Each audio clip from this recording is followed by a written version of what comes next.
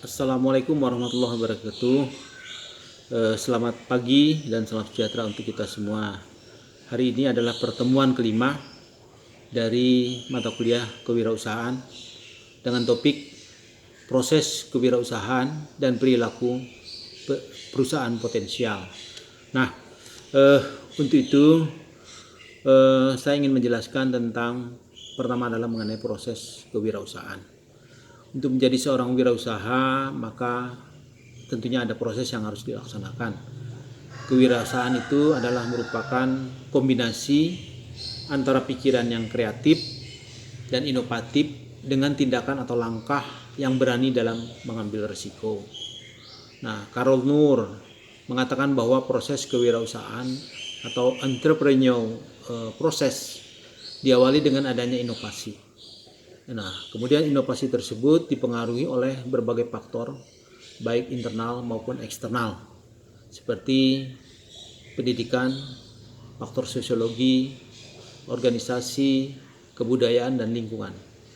Nah, faktor-faktor tersebut membentuk yang namanya locus of control, kreativitas, keinovasian, implementasi, dan pertumbuhan yang kemudian berkembang menjadi wirausaha yang besar.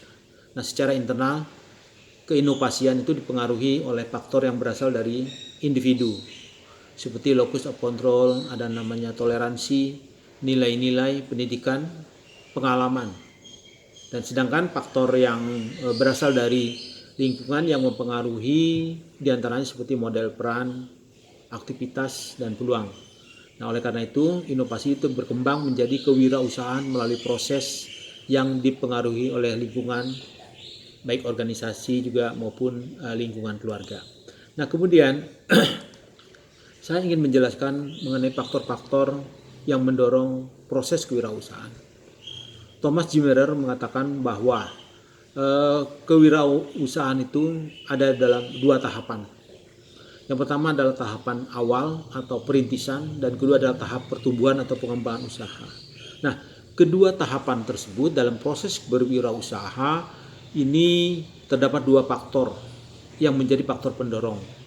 Yang pertama adalah faktor dari internal. Nah, terdapat beberapa faktor yang dari individu yang mendorong seseorang untuk terjun ke dunia bisnis atau wirausaha dalam tahap perintisan. Misalnya, adanya ide yang ingin dilaksanakan. Kemudian adanya unsur-unsur dari diri pribadi yang berani menghadapi suatu risiko. Kemudian adanya tingkat pendidikan, dia mengalami tingkat pendidikan yang mungkin bertahap, mungkin di perguruan tinggi. Kemudian juga ada pengalaman. Dan dari dirinya juga ada keinginan untuk berprestasi. Dan juga yang paling penting adalah adanya keinginan untuk menjadi bos untuk diri sendiri.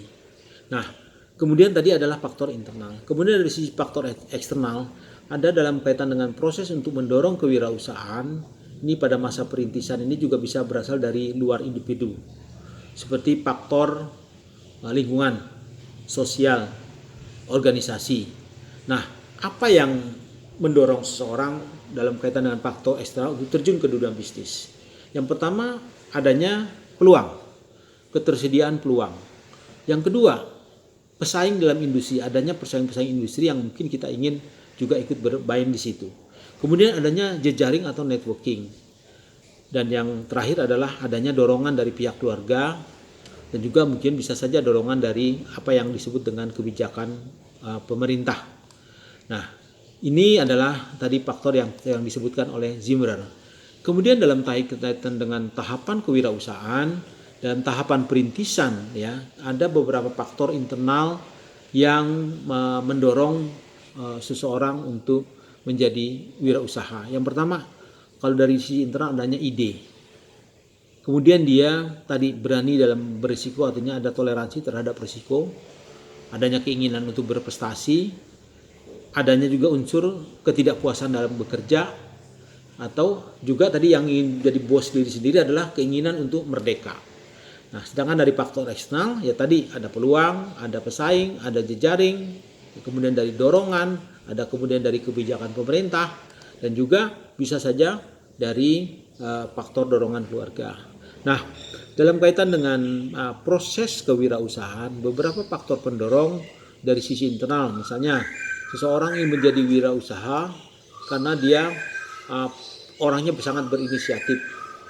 Dia punya jiwa pantang menyerah dan juga memiliki pengalaman serta kemampuan untuk menjadi wirausaha. Nah, ini adalah faktor internal. Kemudian dari sisi eksternal, ya ini tadi seperti dikatakan sebelumnya, bisa saja dari dorongan keluarga, dari dorongan dari lingkungan atau organisasi, dan lain-lain. Nah, selanjutnya pada bagian yang kedua saya ingin berbicara tentang namanya perilaku bisnis atau perusahaan. Nah, di sini ada satu sikap dari wirausaha yang perlu kita ketahui bersama. Yang pertama adalah wirausaha itu harus mampu berpikir dan bertindak kreatif dan inovatif. Kedua, mampu untuk bekerja keras, tekun, teliti dan produktif. Juga mampu untuk berkarya yang berlandaskan etika bisnis yang sehat. Juga mampu untuk memecahkan masalah dan mengambil keputusan secara sistematis dan berani dalam mengambil resiko. Nah, kemudian ada perilaku usaha yang selanjutnya adalah wirausaha itu memiliki rasa percaya diri. Dia teguh terhadap pendiriannya, dia tidak bergantung kepada orang lain, punya kepribadian yang baik dan juga optimis terhadap apa yang akan dia lakukan. Dan kemudian satu lagi adalah juga berorientasi pada tugas dan hasil. Nah, di sini biasanya seorang wirausaha yang sukses adalah haus akan prestasi. Dan selalu namanya wirausaha adalah selalu berorientasi pada hasil atau keuntungan. Dan ini yang juga penting adalah dia memiliki pendirian yang kuat. Nah, kemudian perilaku yang lain adalah berani mengambil risiko atau pengambil risiko. Nah, di sini biasanya orang ini suka pada tantangan. Nah, di samping itu tentunya seorang wirausaha kalau dia ingin menjadi pemimpin di wirausaha, dia harus punya jiwa kepemimpinan. Nah, dia nantinya akan memiliki anak buah dan dia akan juga harus memimpin anak buahnya bagaimana menjalankan usaha dengan baik.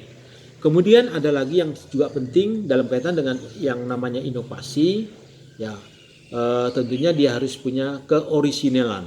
Jadi dia harus inovatif, harus kreatif dan mampu atau punya serba bisa dalam berbagai hal.